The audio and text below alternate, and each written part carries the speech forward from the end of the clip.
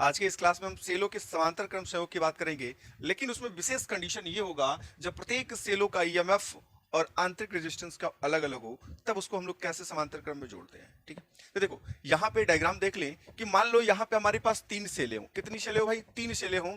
अब तीन सेलों में प्रत्येक का, ये देखो ये तीन सेलें हों जिनमें प्रत्येक का इंटरनल रेजिस्टेंस अलग अलग हो यहाँ पे, और तीनों सेलें समांतर क्रम में जुड़ी हैं, ये तो है, लेकिन सबका इंटरनल रेजिस्टेंस क्या है? अलग अलग है। तो उससे बहने वाली धारा अगर हमको ज्ञात करनी हो, तब कैसे ज्ञात करेंगे और किसके नियम का प्रयोग करते हैं, इसके लिए हम देखते हैं। ये देख लो, ये तीनों समांतर क्रम में जुड़ी हुई हैं।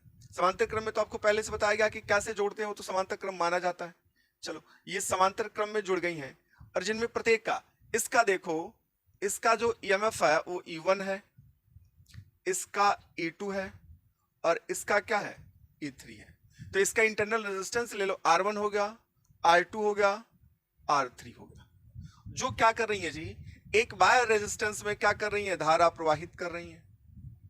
जब एक बाह्य प्रतिरोध में धारा प्रवाहित करेंगी, और यहां पे एक अपने सेफ्टी के लिए एक कुंजी भी लगा सकते हो। ठीक है, ये बाह्य रेजिस्टेंस है। चलो, इसको कोई नाम दे, ए इसको मान ले, इसको बी मान ले, इसको क्या मान ले? सी, और इसको डी।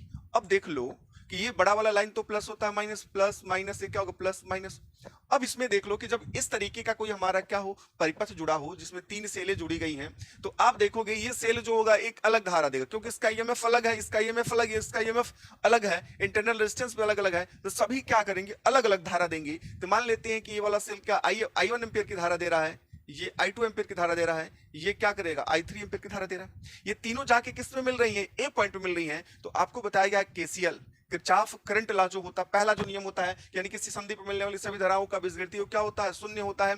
या कह सकते हो ये संधि पे जो भी धारा आ रही है क्या होगी? ये जाने वाली धारा के क्या होगी? योग के बराबर होगी। ठीक है, यानी कि देखो तीन धाराएं आ रही है, यानी हम कह सकते हैं ए पे कौन कौन सी धारा मिल रही है भाई? ये कह रहा है कि I1 और प्लस में क्या है? I2 प्लस में क्या है? I3। तो इजिकल टू क्या होगा? कौन सी धारा जाएगी? एक धारा जा रही है, तो हम लोग मानेंगे क्या? I धारा जा रही है।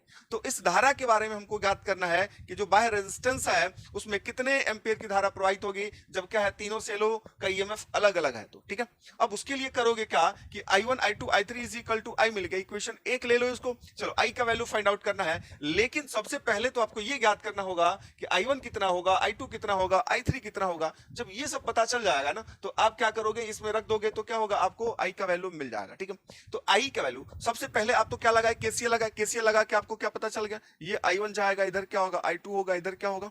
I3 होगा, क्योंकि ये I जा रहा है, डिवाइड तो होगा ना अपने अपने रेजिस्टेंस में। चलो, तो अब क्या करोगे? इसी में एक बंद पास की बात कर लें। पहले हम लोग इसके लिए देखें कि क्या मिलने वाला है। तो बंद पास ले लो। एक बंद पास क्या मिलेगा? A B C D E1 की बात करें तो देखो, लंबा नहीं लिख रहे, आप लिख लीजिएगा। चलो, यहां पे हम लिख रहे हैं शॉर्ट में ही, बंद पास।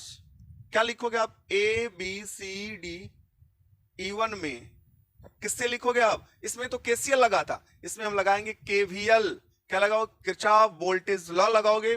जो दूसरा नियम होता है, बंद पास वाला नियम होता है किरचॉफ का, उसको लगाओ। तो उसमें क्या होता है? संगत रेजिस्टेंस और उसमें बहने वाली धाराओं के गुणनफलों का जो योग होता है, उसके ईएमएफ के क्या होता है? बराबर होता है। बाकी सारा रूल आपको बताया गया कैसे लगाना होता है। देखो, तो ये बाह्य रेजिस्टेंस है, तो बाह्य रेजिस्टेंस में बहने वाली धारा क्या? I। तो I R और प्लस, देखो अगर हम बंद पास की दिशा देंगे तो धारा की दिशा में है, तो ये भी क्या होगा? प्लस में। ये क्या लिखोगे? I1 R1 is equal to ये हो जाएगा E1। इससे आप क्या ज्ञात कर लो? I1 का वैल्यू, तो इसको इधर भेजोगे तो होगा I1 R1 is equal to E1 minus IR। अब यहां से I1 इज इक्वल टू आप लिख सकते हो E1 माइनस IR, और पान में क्या लिखोगे? R1। ठीक है, अब देखो बंद पास, एक बंद पास में हम लोग देखें तो I1 यानी कि इससे बहने वाली धारा I1 मिलेगा, E1 माइनस IR अपन क्या? R1। अब इसी तरीके से एक बंद पास और ले लो, ए बी सी डी। अब E2 को ले लो, तो अब क्या लिखोगे?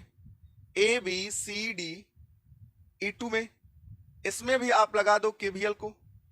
केवीएल जब लगाओगे उसमें, तो ये देखो इसमें भी सेम से मिलेगा। ये देखो एक बार करके दिखा रहे हैं, IR प्लस, इसमें देखो अब धारा क्या? I2 R2 हो गया ना, प्लस क्या लिखोगे? I2 R2 is equal to, अब ईएमएफ क्या है? E2 हो गया, E2 है आपका। तो अब इससे भी ज्ञात करोगे I2, तो वही चीज मिलेगा। आप लिखोगे I2 बराबर, ध्यान से देख लो क्योंकि इधर जाके ये माइनस होगा, तो आप लिख सकते हो E2 माइनस IR, और इसमें ये क्या है? मल्टीप्लाई है, तो जाके डिवाइड होगा, तो क्या लिखोगे? R2। क्लियर? अब चलो एक माने इसको सेकंड नंबर इक्वेशन ले लो, इसको थर्ड नंबर ले लो।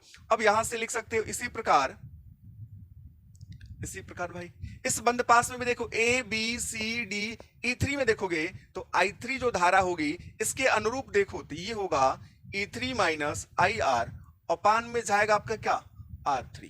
ये आपका इक्वेशन नंबर बना क्या 4। चलो यहां तक कोई डाउट?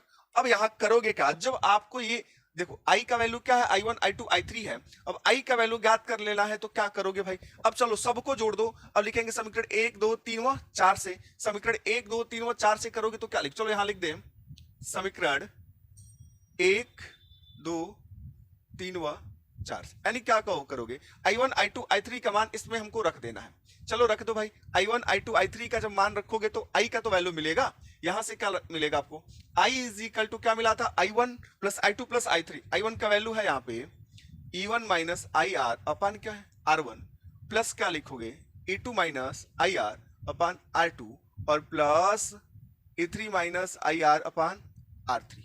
क्लियर? चलो अब इसका वैल्यू हम ज्ञात कर लें क्या होने वाला है, चलो देख लेते हैं। चलो अब क्या करोगे यहाँ पे देखो आई इधर भी है, इसका मतलब इसको इधर लाना पड़ेगा, तभी तो इकट्ठे आई का वैल्यू ज्ञात करोगे ना, कि ऐसा ही तो छोड़ नहीं दोगे कि दोनों तरफ आई को रख ले तो क्या फाइनल रिजल्ट मिलेगा, नहीं मिलेगा। तब इसको क्या करना होगा आपको, यहां से इसको डिवाइड करा दो, तो ये लिखोगे E1 upon R1 minus I into R upon R1 plus E2 by R2 minus I into R by R2 plus E3 by R3 minus क्या होगा आई इंटू, अब देखो R बाई R3, तो जितनी आई वाली टर्म से इसको इधर भेजें तो ये क्या मिलेगा, इसमें भी आई होगा इसमें भी सब में आई होगा, लेकिन इधर आके प्लस होगा, आई को कॉमन करोगे तो ये बचेगा, यहां से तो 1 बचेगा, लेकिन यहां से बचेगा प्लस R अपान R1, फिर R अपान R2, फिर क्या होगा R अपान R3।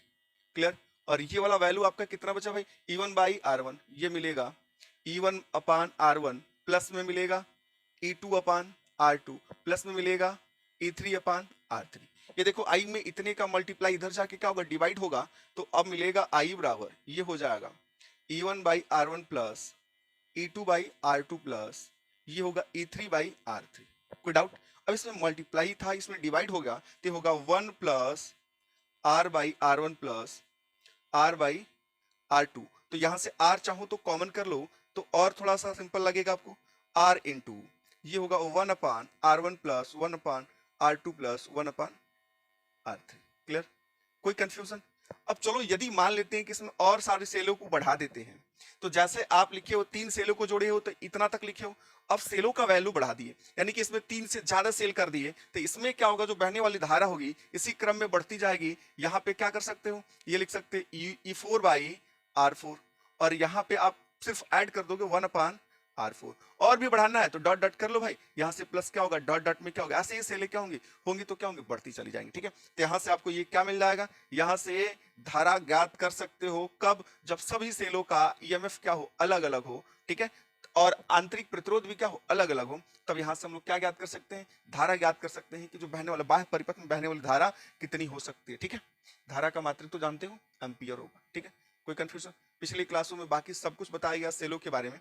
यहाँ से देखो अगर आपको पूरा वॉच करना हो, पूरा ये चैप्टर कंप्लीट देखना हो तो इसके लिए प्लेलिस्ट है, वहां पे जाके देखो आपको पूरा का पूरा वीडियो समझ में आएगा।